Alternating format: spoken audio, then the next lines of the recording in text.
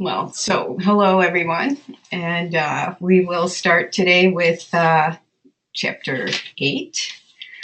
As I wrote, I just thought that this is an amazing chapter. There so much happens, and so much is said in such a very short chapter. You learn so much about all of the characters. I thought it would be just interesting, really, to just go through it. Scene by scene to hear your comments and your thoughts. Okay, so I wanted to just start with that very beginning. The doorbell rang, and we've already know we've had that dramatic, that suspenseful chase with Sasha, and we know that he's in trouble. Mhm. But I found it fascinating that Victor gets up to answer the door. I was wondering if that struck anyone else as interesting. Whoever could that be? Exactly. All right. But also, clearly, I was just thinking, if I had done something and he inadvertently, and I knew that someone else was going to be in trouble or in danger because of it, and then I hear the doorbell ring, the idea of getting up and to let them in. But I think it tells us a great deal about Victor and just his complete lack of his complete disconnection between everyone around him. Yeah. Yeah, I think he abandoned his family totally, and turned him in. I mean, it's like, Yeah. And as I pointed out last time, this was not uncommon.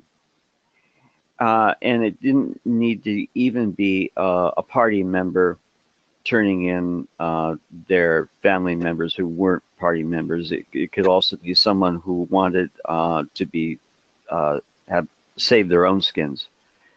And this is maybe a slightly tangential point, but Rand has been accused of advocating a save your own skin morality. What she's portraying here is a real save your own skin morality, and that is not what she advocated. No, it is not. And I also want to bring up, I mean,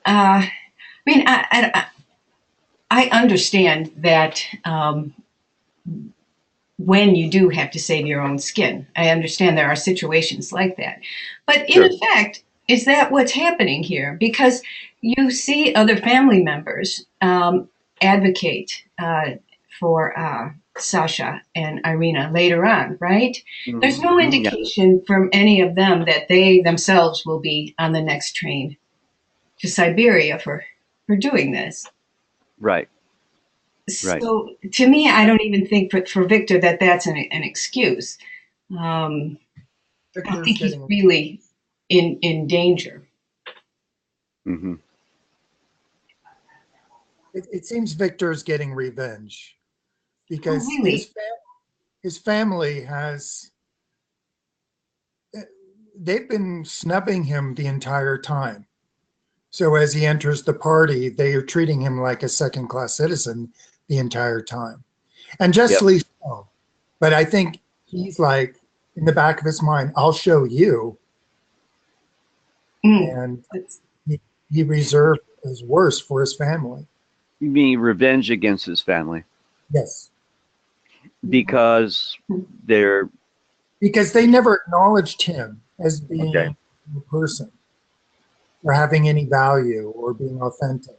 He joins the party and they make their disgust of him obvious from Okay. Yeah. I see your point. Yeah. So personally, he's like, well, I'll show you. You've been treated right. Yes. There's kind of a passive aggressive hostility in Victor. I agree. Yeah. And this is where it comes out. Yeah. Although there is that really quite poignant speech that his father gives to him after all of this has happened, in which he talks to him. Do you remember? This is on page 364.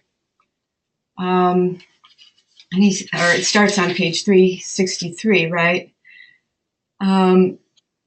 Victor says Vasily, you know what I might say, but I won't say it. I won't ask questions. It's a strange time we're living in. And then he goes on. I have that highlighted. You're my son, Victor. I love you. I can't help it, as you can't help being what you are.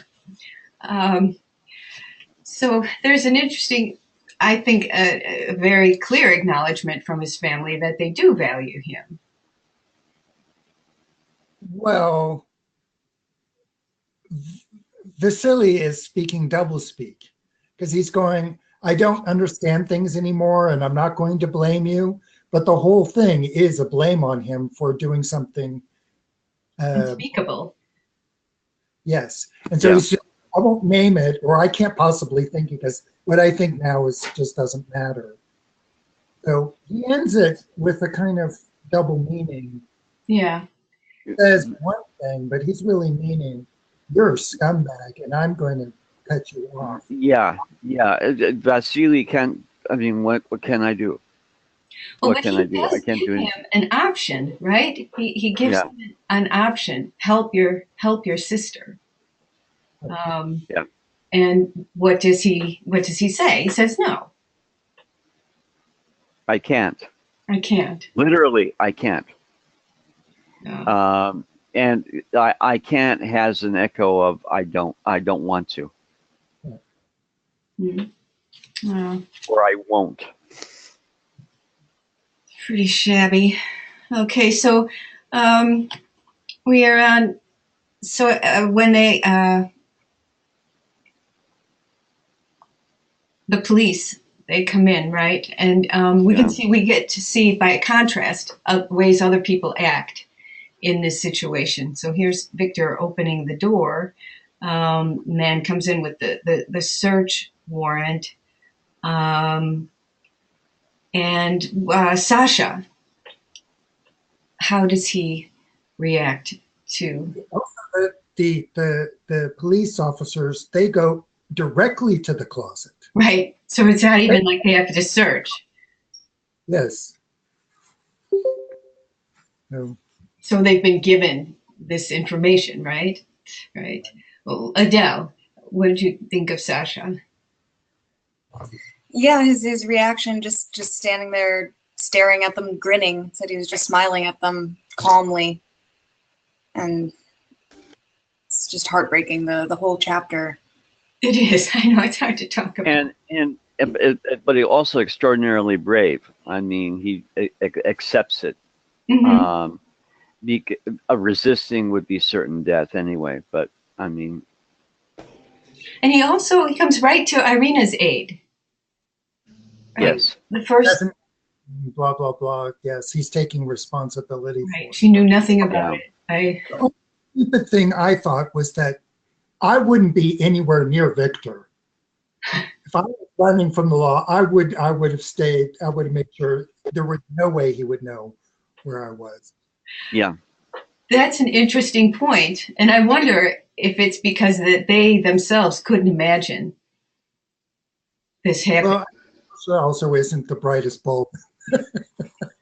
But I guess I would just wonder if well, of course he wouldn't turn us in. I couldn't imagine it. So it seems sort of like Sasha might suspect. I mean, he says, like, in the morning, like, maybe I should go now. Like, he's really, he stays there longer because Irina wants him to, even though I think he knows, like, kind of cutting it close. So, I mean, it really, like, the way it built up was sort of like, well, it was obviously going to end one way. Right. And he probably had no options anyway. Yeah. Yeah. Well, it's a terrible scene, I think, and I say that he does go right away to protect her, but that isn't going to happen, obviously. Yeah. but his immediate the interesting thing and what is so moving is that his immediate concern is for Irina, and he wants to marry her even though Right. they both know they're going to the gulag. Right. Right. I mean, in terms of a save your skin mentality, what would have an obvious thing to do? Like, it's not me, she did it, take her, or any of the other. Sure. Exactly.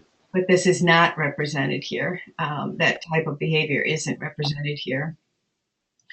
And then, yeah, the only person who seems to get in trouble is the landlord, right? Yeah. I don't know how to say that word. If anybody does it, Problem. Pravdam, yeah, right. Yeah. He's like, please, I didn't know this was happening. Don't hurt me. Don't hurt me.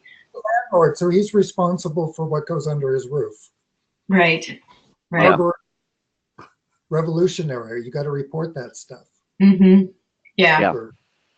So we're all set up with this culture where everybody's got to report on each other. They've got to say, at least they think they do, right? They just think that I must. They must do it, or they get pulled in like the landlord who doesn't.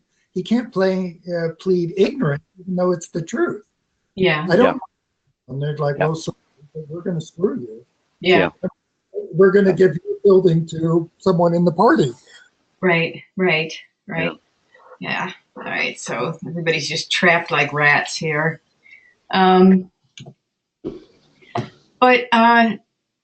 So they are sentenced then to 10 years. 10 years in Siberia, which is just terrible. And I think this is interesting that at the time that when she's writing this, that already she's mentioning this is in the 1930, right? 1936. Yeah. So she's calling attention to these types of sentences. It just sort of amazes me that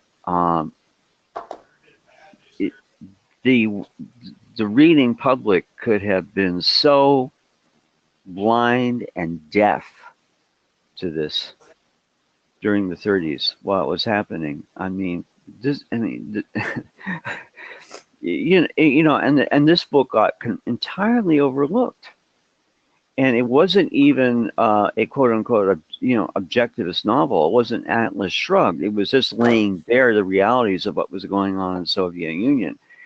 And you just have to wonder what nonsense people were carrying around in their minds about the Soviet Union. They were being over here and in Britain, certainly they were being lied to quite a bit. But anyway, But that's an interesting thing about human nature. It has the capacity to have blinders. sure. on. And maybe people are putting out fires. They're busy with surviving in America and having their family and competing and, being an entrepreneur and working your butt off. And then the idea of, well, that's another country's problems is beyond my. Well, and the other thing is that it was easy to radicalize workers in strikes. The indigenous communist party and group in the 30s found because of the fact that we were undergoing the Great Depression, and it's always easier to say, well, look, another country has the answer. And it's the Soviet Union. Look at what they're doing. Uncle Joe. That's actually what they were calling Stalin, by the way, during the 1930s, if you can imagine. One of the things that I found that's hitting home to me is that, well, it's also mirroring the Fountainhead because we're coming near the end in both books. But, yes. That Rand really accents how bloody difficult it is to follow your dreams or to follow your identity, to follow who you are and to achieve. It's like everything's built up against you achieving that. Right. And then then it seems the world is made up mostly of people who never succeed. Yes. And, Well, and of course, in this book, the people who do succeed do so by doing exactly the opposite of anything like. well, I meant succeeding in your own identity Right. and Yes. not Yes. succeeding to the outside world. Yeah, That this is what collectivism means in reality, and it sucks. there you go. Yeah. One thing that Charles brought up in the Fountainhead about the visuals that Rand does so well is that there's the section of where Vasily is walking out with Akia, Asia, Oh, right. Yeah. Yeah. girl, and he's shuffling out, holding her hand. And Marcia is crying at the windowsill. And that's such a typical 19th century romantic type. Yes. You can imagine Yes. the light coming in through the window and this old Yes. man, grandfather shuffling away. Yes. Right. And this is not to. There's no anti-Rand implications to this, but it struck me as interesting that Stalin's favorite book, his favorite novel, was 93 by Victor Hugo. Yeah. Just goes to show you. And so it's a Russian thing, I guess. I don't know. I mean, I've got it. I haven't read it yet. I want to, because I know that Rand thought a great deal of the book for entirely different reasons. For reasons. Though. Yeah. Well, we have these two now. They're going to get married, right? So Sasha and Irina are going to get married, and apparently, I think they want to get married, but I think they also think, well, okay, if we get married, they'll put us in the same concentration camp, Right. right? Which is again an interesting conflict of values, right? Just as perhaps maybe they couldn't anticipate that Victor would do this. Maybe now they also anticipate, well, of course, if they see that we're married, they will have the sense and to put us together in our prison sentence. But Right. And none of that. Kira begs Andre, and Andre will do anything for Kira. Right. We'll get And- to Andre and everybody else who does try to help. Right. Yeah, and he can't make it happen. And Leo goes and breaks the I don't know you agreement on his partners and goes to I don't know, Coco's office or someone's office, and Pavel, yeah. Pavel's office. I'm sorry, and breaks the code of silence, and I don't know you, and begs, and he won't help, and it's just terrible and heartbreaking. It is, and again, it really underscores the brutality of that system. One thought I had, which was that if they were able to go together to prison and they're fed, it's kind of like a honeymoon compared to what they were living. Honeymoon Yeah. in Siberia. It's like prison. How bad can it be? Yeah, at least there's no problem to report them. Oh, jeez. That's so. Rent free. You, Yes. you said it, Michael. Okay. Oh dear. Right. Well, it's also terribly romantic in terms of just being placed right there in the novel. The idea that wedding, just so tragic and romantic. And then we get that wonderful train scene at the end, wonderful and beautifully written, and just a killer, right? Lying on the back of the chair. Oh, right. And, yeah, the little face, the doodle. Michael, your that thought reminded me of a black humorous scene in Earthly Powers by Anthony Burgess, where a bunch of people are waiting to be exterminated in one of the concentration camps during the Second World War, and one person is just coughing and crying, and the person ahead of him in line turns around and says, "What do you want to do? Cause trouble?"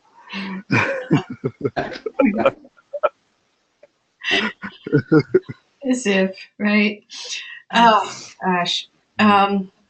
There's just these lovely scenes. There's that pleading that Vasily says, or what difference does it make? What difference does it make to the state? They're so young. They love each other, and so he's trying to reason with them, and of course that has no effect whatsoever. And then, as you point out, Andre goes in and he tries to help, but he himself then is put at risk. Yeah, held suspect. Right. Well, and he makes that again that glaring error when he's talking to the GPU, and so the guy says, "Comrade Taganov, you really didn't think it was unknown to us, did you?" Because he says, "Here you are angling for a family member," and he's like, "What are you talking about?" And then, but then Andre says, "I don't see. These are my personal affairs." Right. Right. Blurts out, and in fact, that "you're what?" As if exactly. There's no personal affairs. There's no privacy. There's all the relationships, the normal relationships in bourgeois society want to be zeroed out. And if that means the people get zeroed out as well, so much the worse for the people. Right. Oh, we talked yesterday in the Fountainhead about how when Howard Rourke does that, goes to blow up the building, how the care that they take to make sure that no one is injured. Indeed, he is blowing up a building, but the idea that nobody's life will be sacrificed except his. No one else will be responsible for except him. But here we have a situation where it's set up where that none of these lives is worth anything, that the sacrifice of them is just about as ordinary as eating lunch. Yeah. I also have the thought that Rand is, at the moment, it's the communists that are in power. And so it's their ideology wins. So when you want to break out of that ideology, like Andre wants to actually save someone, which is not part of the ideology. Right. The marriage is not part of the ideology. You can't appeal to God. Right. They were previously Christian or whatever. If the ideology, you just have to follow that format. The emotion of love itself is an expression of a value, and that in and of itself is held suspect by the party. Right. It's absolutely nuts. You wonder how someone can be self-deluded or hypnotized into believing that. And I think the only way is if there's a gun at their heads and a death threat, that you either pretend to believe this or else. Well, Victor is being an excellent example of the party. Oh, yeah. Treating all of that seriously. The family doesn't matter. My sister doesn't matter. Right. My father doesn't matter. It's just yes. Well, like you say, a second-class citizen, because the fact that his father is his father, a factory owner, former factory owner, is always going to be held against him. Yeah. Well, I find it alarming, and I think that's part of the power of this novel, is that these are things that are valuable, right? And it is very alarming that any kind of actual feeling for another individual is is just is destroyed, and the idea that humans, people wouldn't cultivate this kind of real affection, real feeling, or enmity, or whatever it is, but that they would not be able to respond in that way, which is part of our makeup, part of our nature. This makes people just completely at the mercy then of these random rules and regulations. I don't know, Lynn's been quiet. What do you think? Well, yeah. I mean, I think it's frustrating. I think especially it becomes, more interesting as this person sort of, I mean, for me, like seeing the difference between how Andre responds and how Victor responds is interesting. Like, I mean, they're on these two opposite trajectories in terms of where they started and where they are choosing to go within this framework. And so it's, I mean, I guess I feel like those two are representative of the only two choices really that people have. And so, yeah, it's interesting. I mean, I think it's kind of interesting overall for me to read something where, there is the one person who is choosing his own, like he's choosing himself, Victor's choosing himself, but, is like sacrificing all these people on the way, or just like taking down anybody. And there's sort of a ruthlessness about him and the way that he's going about what he's doing, which is less, sort of noble, I guess, than the other characters, or Andre, who is like developing his real beliefs and like is making choices based on what he believes is right. And so I don't know, does Victor also believe that what he's doing is right? Like, what's the difference? Because clearly we see there's really, I don't even think it's an ethical thing as much as a moral thing. So who's operating? How do you choose to say, all right, I'm only going to go with what I believe, but what if what you believe is something terrible that's, like immoral? Yeah. Where I think that's where Victor is going. And so, I think we're like sort of holding up Andre because we see him start to make these different choices than the group mindset. But, it occurs to me this kind of thing happens almost in every despotism. I don't know if anyone saw A Man for All Seasons, but there's a scene where Sir Thomas More is being tried for trumped up charges, and the person who turns him in is the person who most admired him, Sir Richard Rich. And he was promised to be the ruler or governor of Wales. And Thomas More says, well, what profited a man if he giveth his soul for the whole world? But Richard, for Wales? Right? And it was a beautiful interchange. And by the way, Richard Rich was beheaded a few years later. So, appropriately. Well, let's contrast, or let's compare and contrast, I guess, Leo's response when to Andre's, in terms of, and maybe Ron, maybe you want to start us off with that in terms of Leo's character.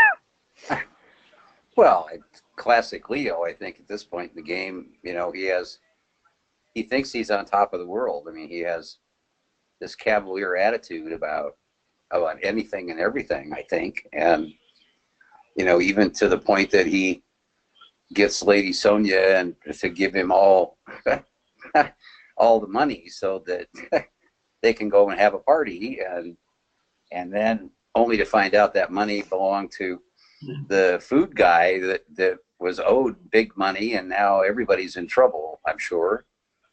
I think Leo is in deeper trouble than he even realizes. And I think what started it was when he when he tried to go and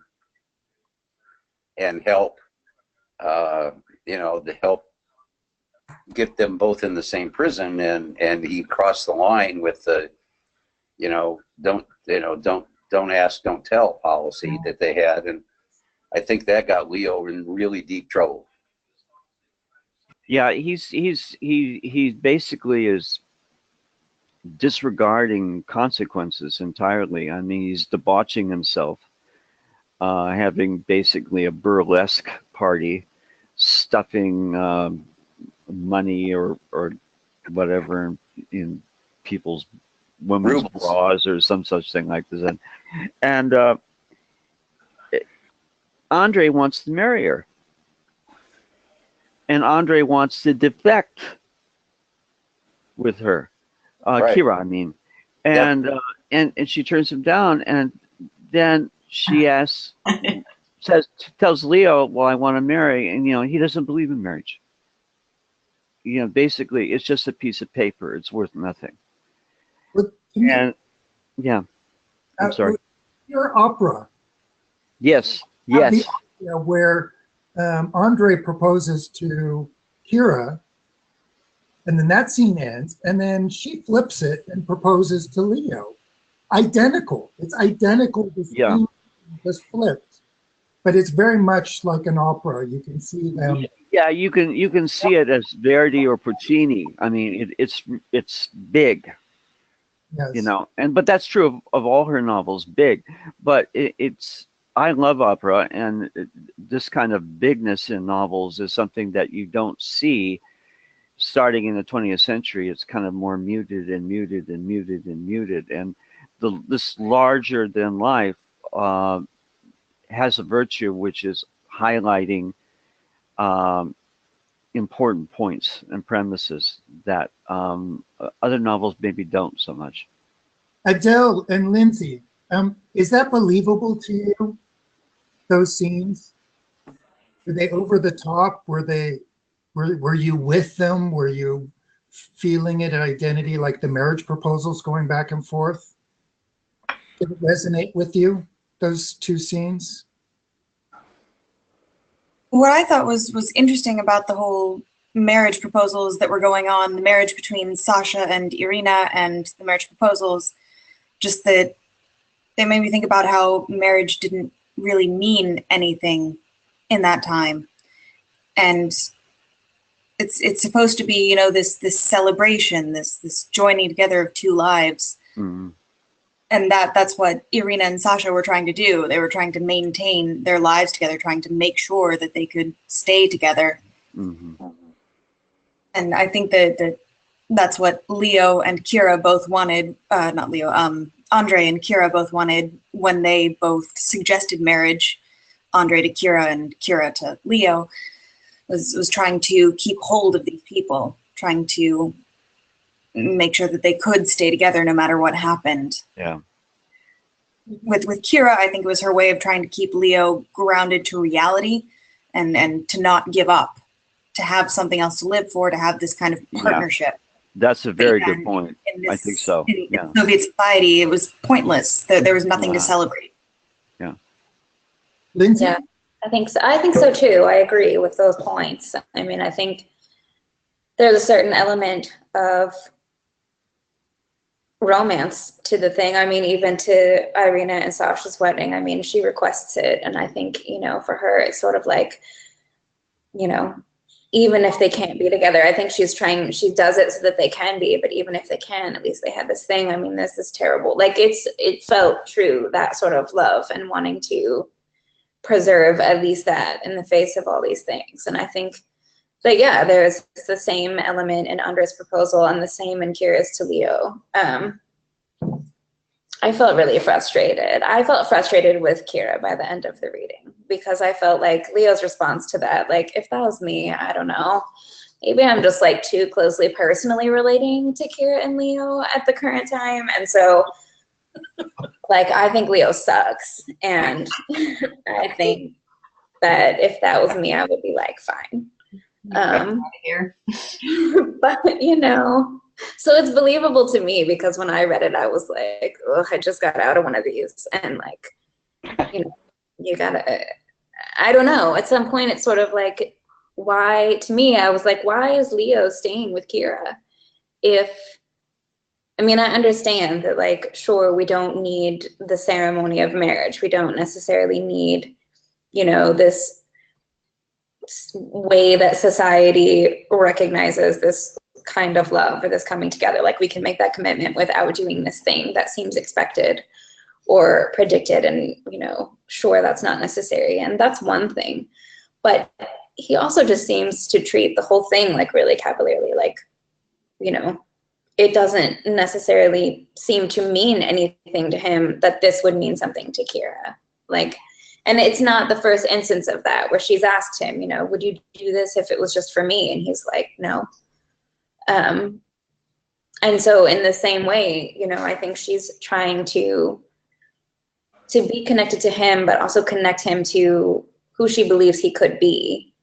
And he doesn't really seem to care about any of that. And he also doesn't care that she cares about it. And so my question is, what is he still doing with her if he doesn't care and he's stuffing money down someone else's top? Like, I don't know. I'm having a rough time with him right now. One thing is at the end, it's Rand's view, and I think it's also Kira's view of Leo.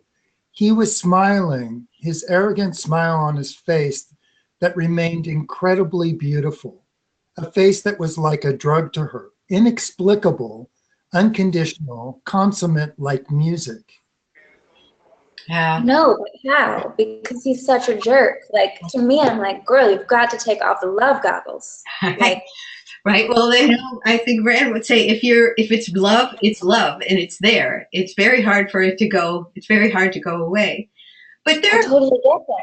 I do too. I know. Believe me. I mean, He's not 100% gone. She still thinks she can save him. She still wants to be that connection. Mm-hmm. No, I just feel like it's only going to end badly. Well, there are a couple of interesting things I think that happen. And remember, they've got that little apple thing when we've got Sasha and Irina. And remember, we talked about that little apple in that song and about how things were going on all these different directions. Well, now it's very clear exactly what direction everything is going into, where we've got the purges, we've got the death camps, this is just how everything is going to be resolved. There's no reason here anymore. Everything's just going to be resolved through violence. And these two, everybody takes, I think, a mortal blow in this chapter, because when Andre goes to try to help, he knows that he's been outed. He knows that the party is this close to getting him, right? And Leo, when he goes to get to help, he's got that, well, of course I'll help. I'm Leo Kovalensky, right? And it's almost as if he just has so much confidence in just his own being that he thinks I can just go in as myself. And what happens is then he and Pavel resort to these threats where you see just how difficult or how violent that contract between them is, that there's no real trust.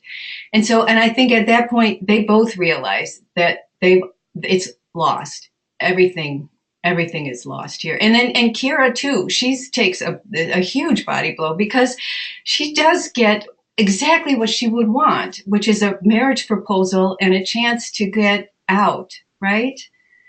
But it's not from Leo. And when she goes to try to see if she can get that from Leo, she can't. Now she's already, and now, I mean, it's just horrible. I think Ron nailed it with Leo by the two things going on where he takes the money that he knows is coming from somewhere that's not, and then he throws the party, which is like he's sabotaging himself. Right. So this is afterwards. He's just like, forget it. Yeah. And then he goes in to that meeting where he forces his way into a public, meeting with his colleague, and he's signing his own death warrant there. And then it's also interesting with Kira talking about not giving up. So it seems like Andre and her are kind of the only two at the moment that have not given up, where her sister says, "Oh, yes, I've given up and I'm not afraid," which seems like a tremendous relief in that context. Oh, when Irene is going, right. She's like, I can't hope. I'm not going to hope anymore. It's too hard. But you feel relief that it's like, well, you're fighting an impossible battle.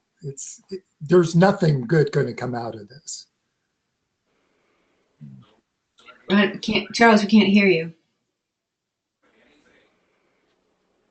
Can't hear you, Charles.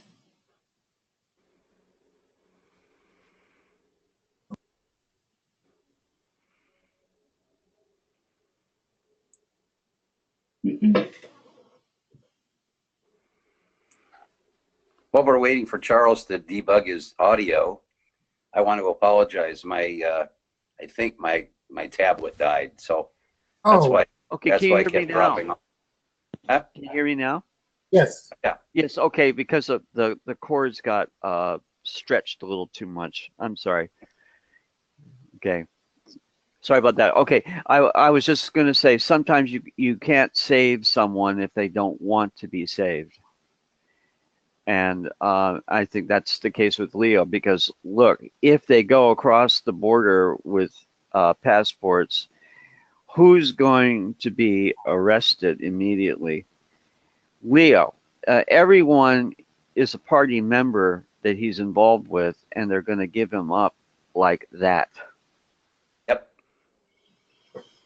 That's what I meant when I said I think he's in deep trouble and just doesn't know it because he's too naive, or he's too motivated to show all of his comrades and women around him that he has all this money and he's not afraid to spend it. Right. And nobody really knows where the money comes from. It's just that he has it. I heard a BBC essay on Robert Lowell, the poet. It's 100th anniversary of his birth, and I thought about the character Leo Kovalevsky because he was very similar. He was a manic depressive, bipolar, was at times extraordinarily charming, but you never knew what you were going to get with him. And this reminds me very much of this character. Yeah, I think we see that with with Leo a lot. Is these moments, these flashes of when he is an admirable man, and that's why Kira loves him. Like when he is preparing to go see Pavel, he's like, "Yeah, I'll take care of this." It's that take charge attitude. He really wants to get stuff done, and that's why she still loves him, because she knows that he has that within him. He has that potential. He's just in the wrong place. Mm-hmm. There's a part the of wrong time. Subconsciously sabotaging himself. Yes. You sometimes in relationships, sometimes someone says something so bad there's no apologizing for it. You can't take it back. But they're not doing it, it's just coming out, but it's sabotaging the relationship. They're saying like, well, I'm throwing this out. And I wonder if the two events are connected, that's why he does act out, is because he is defeated when he goes to see Pavel, and it hurts him, and that's his only way of dealing with it, is to say, well, then nothing matters. But that's Rand's brilliance, because we don't know. It just came out spontaneously. It's not like he calculated it. He wanted to sabotage himself. Yeah. And Lindsay, I think you're exactly right too, that he's horrible at this point. I mean, even Coco can't stand him. And Coco has a very low bar for everyone, right? But at this point, you have to conclude that Kira is perhaps in error, because she's in love with an idea of him more than the actual person. That there, there might be something in that person, but that person is destroying himself. It's, And He doesn't care about that idea of who he Right. could be as much as she does. yes, You know, I yes, think he's Yeah, a well- lot less interested in trying to become redeemable again or honorable in any way, because he's just thrown everything to the breeze because he doesn't Right. really care. right. Nothing matters, and I think she should have eloped with Andre. Her chances of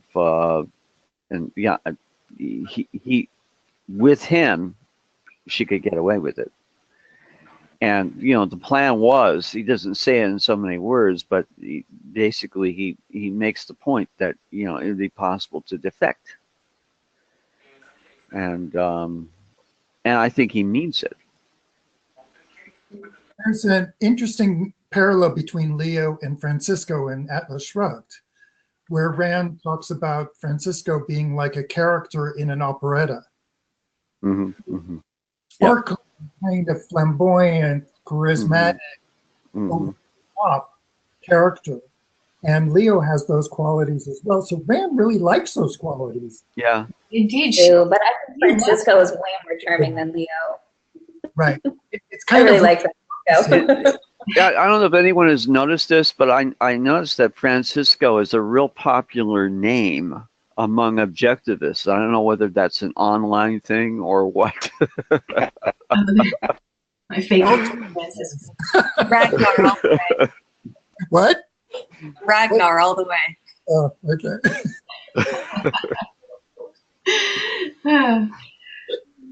Ron, did you want to say something? No, I'm good. Okay. I hope that Leo figures it out before they send him to Siberia. But I have a feeling that from here on in this book, it's going to go downhill. And Remember what I said about those little pills? Yeah. Well, I think it's interesting that you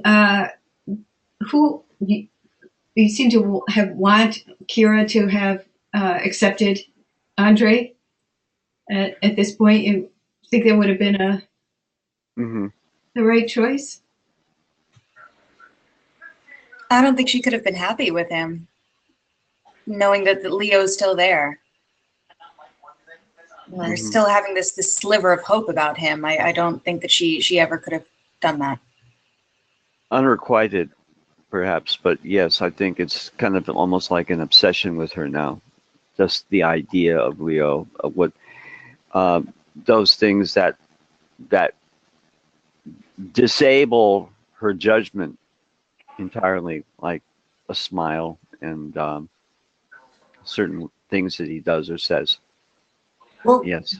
done really well is that both of the love interests are off. There's something off with both of them. And so that's actually done really well because he doesn't, well, I don't want to have a spoiler, but she doesn't end up with them. Well, Michael, I think it's also interesting that if Kiro loves Leo that much and is so devoted to him, why does she keep going back to Andre? Why doesn't she tell Andre, look, I'm going to put 100% of my effort in the relationship with Leo, whether you like it or not, so go take a hike. I mean, I don't think you can have a successful relationship with someone if you're sharing those feelings with someone else. I mean, I don't think it works that way. I think that what is the thing about life following art and Ayn Rand with Brandon and her husband? Yes. He likes the idea of two men and being involved. Yes. Yes. And I don't know if it was Kai or Patrick who pointed out that it was more than a fantasy, and that's true, of course. And interestingly enough, because someone posted the entire lectures of Brandon online, the original lectures of Brandon. I find it much easier to read him, the transcripts, than actually to listen to him, because it's interesting. I know he comes from a Russian Jewish family, the Blumenthals and Dr. Peikoff and all that, but he even pronounces words the same way Rand did. It's almost like a neo-Russian accent. And it's for me, it's hard to listen to, because that's not the Brandon that I heard on Psychology of High Self-Esteem, which came in real valuable to me after my mother passed away. And then he talked like himself, but this time he was like pronouncing philosophy just like Rand did. It was almost a Russian accent. And yeah, and then Rand played Rand wanted that drama in her life as well as in the art. I think that's a good point. Again, it's very romantic, and remember, it is fiction. Although we know later on that it wasn't. But right now, it's clearly fiction, and it does make it that much more difficult, right? If it were just Leo, there would be no reason, I think, Lindsay, for us to think that she should stay with him, because by this point he's just clearly a cad, right? But the fact that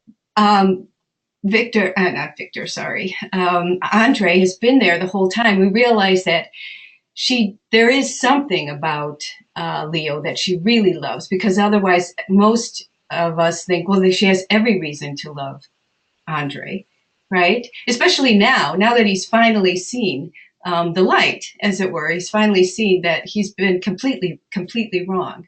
But I don't think we can forget that it's Andre who helped.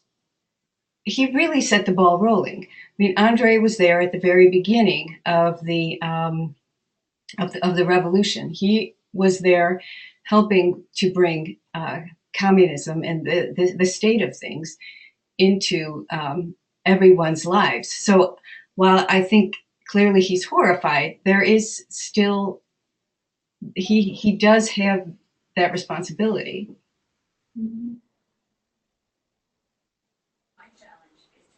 Yeah, I can see that. I mean, I can see where Andre started out as someone who, was doing things that maybe we didn't support, and now he's had a turnaround, and then Leo has gone the opposite way. We started out in a better place with Leo, and now he's like gone into a bad place. And so, what do you do? And I understand that, like, ultimately love doesn't really make any sense.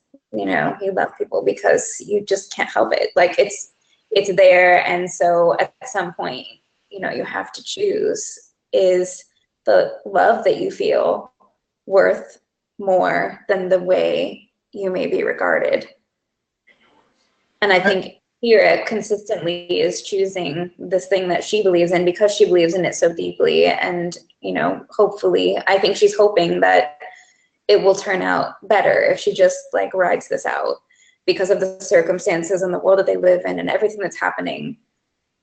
She's willing to pass this behavior of that and hope that, she has enough love and enough belief in the thing to carry both of them through that. And I can personally relate to having that feeling, but the belief, the belief that someone will change. Yeah. Right. That the hope that someone will change, that right. It'll turn around. Yeah, I understand completely. Yeah, I found it just horrifying, because in a certain extent, they don't have any options, but she does have an option there at that moment when Andre says, "Come with me, we'll get out of here." That is her. That's a real option all of a sudden, and she turns it. And it's hard because she's been thinking about it, like before she even gets there, and he says that she's already in her mind thinking about someday going abroad. Like, it's become this thing in her mind, right, that she really wants to do. And, there it is being offered in a way that is real, that could probably happen, that seems probably more real, I think, at that moment than trying to imagine it happening with Leo.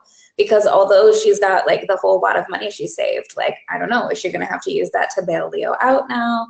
Like, what are you going to do? Like, maybe they have this, but then she has to convince him to leave and go do these things. And is he going to be agreeable? Because then he's going to be like, no, the woman is trying to save me again, and I can't be saved by a woman. And this whole thing like he did before. So it's hard. I also think that with Andre, his new awakening is too much. It doesn't feel, it feels like he's grasping at a straw now, but he's not actually prepared, and he hasn't been preparing himself.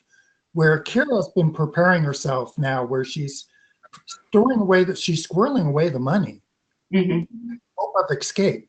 So she's been planning this out now for some time, but it seems like the other ones are not, they're not prepared to actually buck the system by escape.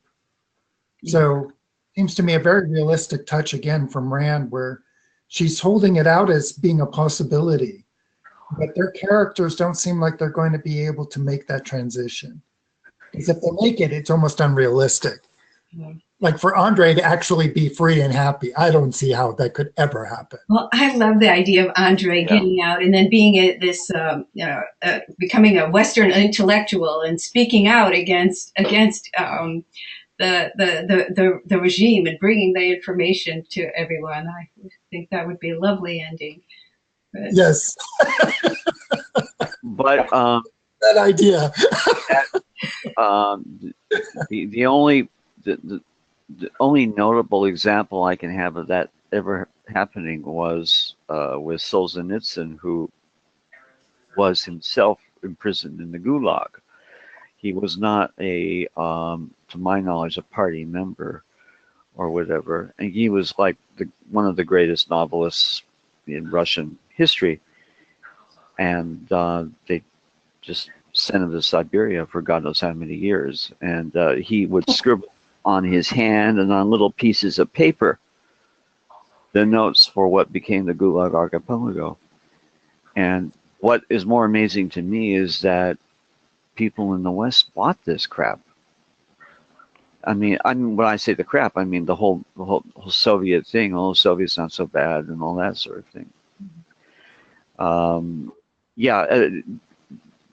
People who defected were few and far between. And I think you have to make a good point, Michael. I can't see Andre really. You're saying Andre wasn't really sincere about it, or didn't know what he was getting into. I'm saying he grasped at it. Grasping at straws. Prepared for it. He wasn't preparing himself. Like, I'm going to really plan ahead now.